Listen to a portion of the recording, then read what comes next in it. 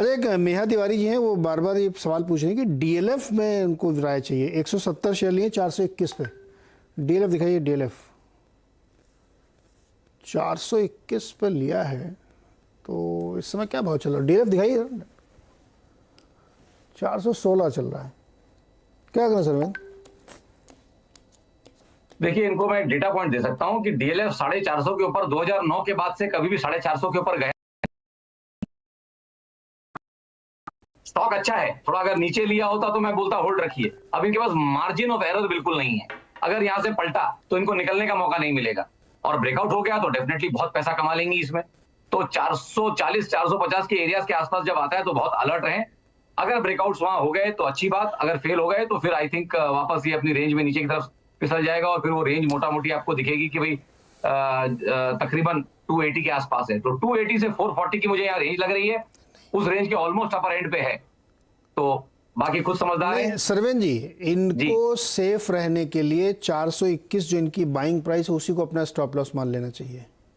नहीं, अभी तो 416 चल रहा है ना सर, इनके भाव के नीचे चल रहा है। नहीं, stop loss in the sense कि हम लोग जब ये एक्सपेक्ट कर रहे हैं कि ऊपर जाएगा जी, तो जैसे ही मान लीजिए 10-20 रुपए ऊपर जाता है तो इस 421 को एकदम गांठ बांध ले और 5-10 रुपए लेके निकल ले। देखिए, अगर अपर बैंड में ये जा रहा है, अपर रेंज की तरफ बढ़ रहा है, और अब जो आपका एरिया नहीं है, लेकिन फंडामेंटली वैसा नहीं लग रहा है कि कोई बहुत धूम मची हुई है रियल एस्टेट में, तो फिर आप वो रिस्क मत लीजिए। आप अपने भाव के आसपास या उससे 5-10 रुपए ऊपर निकलना बेहतर नहीं रहेगा क्या? जी बिल्कुल, आई थिंक इसको लेना ही बेहतर 450 के ऊपर रहेगा। जब ये अपना 14-15 साल का रेंज निकाल लेगा, उसके बाद आप बहुत श्योर हो जाएंगे कि नहीं भाई, टेक्निकली एक बड़ा ब्रेकआउट है और 100, 150, 200 रुपए कहीं उसमें ऐड होंगे। क्योंकि 280 से लेके तकरीबन एक 400, 450 का अगर बैंड आप पकड़े तो तकरीबन 200 रुपए का ब्रेकआउट ऊपर की तरफ आएगा, तो 450 प्लस 200 650, ये आप सोच के चलेंगे कि भाई 12-18 महीने 24 महीने में टारगेट्स आएंगे जब वो डिसाइसिव ब्रेकआउट होगा। तो जब तक वो ब्रेकआउट नहीं हो रहा है, आई थिंक ये स्टॉक तब तक ट्रैक्शन इसको पकड़ेगा नहीं, और ये रेंज में इनको पीसता रहेगा। और वैसे भी रेंज के अपर एंड पे चढ़ी हैं ये। तो ये सरवेन जी, बाकी कुछ समझदार हैं। समय कम है, फटाफट एक सवाल जो लेना, और इस रियल एस्टेट के बारे में, जैसे सरवेन जी ने कहा ना कि आईटी वाले स्टॉक में भी जहर निकलना बाकी, तो रियल एस्टेट में भी अभी वो खेल बाकी है, इसलिए बहुत अलर्ट होकर के आपको रियल एस्टेट की ट्रेड लेने हैं। एक ये टाटा डीवीआर देखिए जरा फटाफट जल्दी से।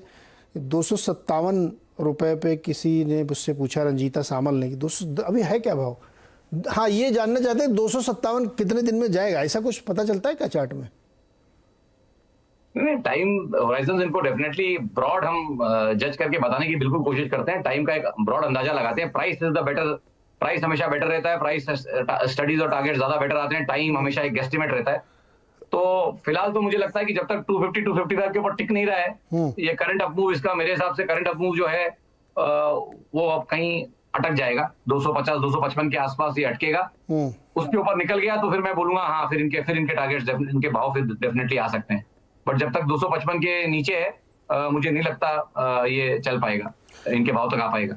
ओके, 255 के ऊपर गया तो 257 जो आप देख रहे हैं रंजीता जी, वो पार हो सकता है, लेकिन उससे पहले मुश्किल होगा। चलिए सरवेन जी, बहुत बहुत शुक्रिया। समय एकदम समाप्त हो गया, और दर्शकों की मदद की इसके लिए आपका विशेष आभार। बता दें कि मनी कंट्रोल पर दिए गए विचार एक्सपर्ट्स के अपने निजी विचार होते हैं। वेबसाइट या मैनेजमेंट इसके लिए उत्तरदायी नहीं है। यूजर्स को मनी कंट्रोल की सलाह है कि कोई भी निवेश निर्णय लेने से पहले सर्टिफाइड एक्सपर्ट की सलाह लें।